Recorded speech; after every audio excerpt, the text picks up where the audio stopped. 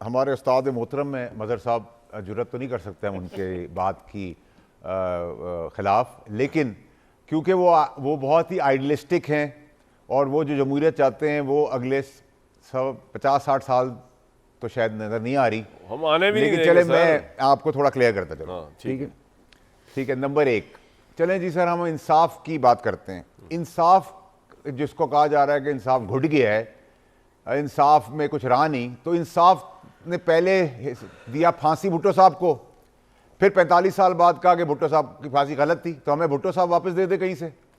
फिर आपने कहा कि जी मुशर्रफ साहब डिक्टेटर हैं, फिर पीसीओ के जजेस आ गए, उन्होंने उसको लीगलाइज कर दिया।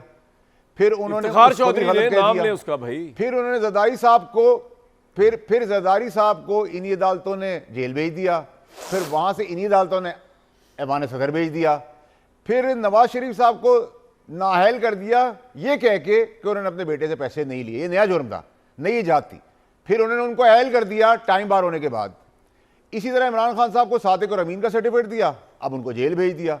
तो ये तो, और समेत मुझे 2 दफ़ा डिस्क्वालीफाई किया है लाइफ टाइम, जो कभी पाकिस्तान का प्रेसिडेंट नहीं है। मैंने कत्ल नहीं किया था, मैं हिंदुस्तान का आदमी नहीं था, मैंने कोई मुल्क दुश्मनी नहीं की थी, लेकिन ये तो आपकी हिस्ट्री हो गई अदालती निज़ाम की। नस्ला टावर गिरा दिया, कहा ज़मीन से उनको पैसे पूरे करो, यानी कि 100 रुपए की ज़मीन है और कह रहे हैं उसमें 10,000 रुपये करके दे दो, कोई पूछने वाला नहीं है।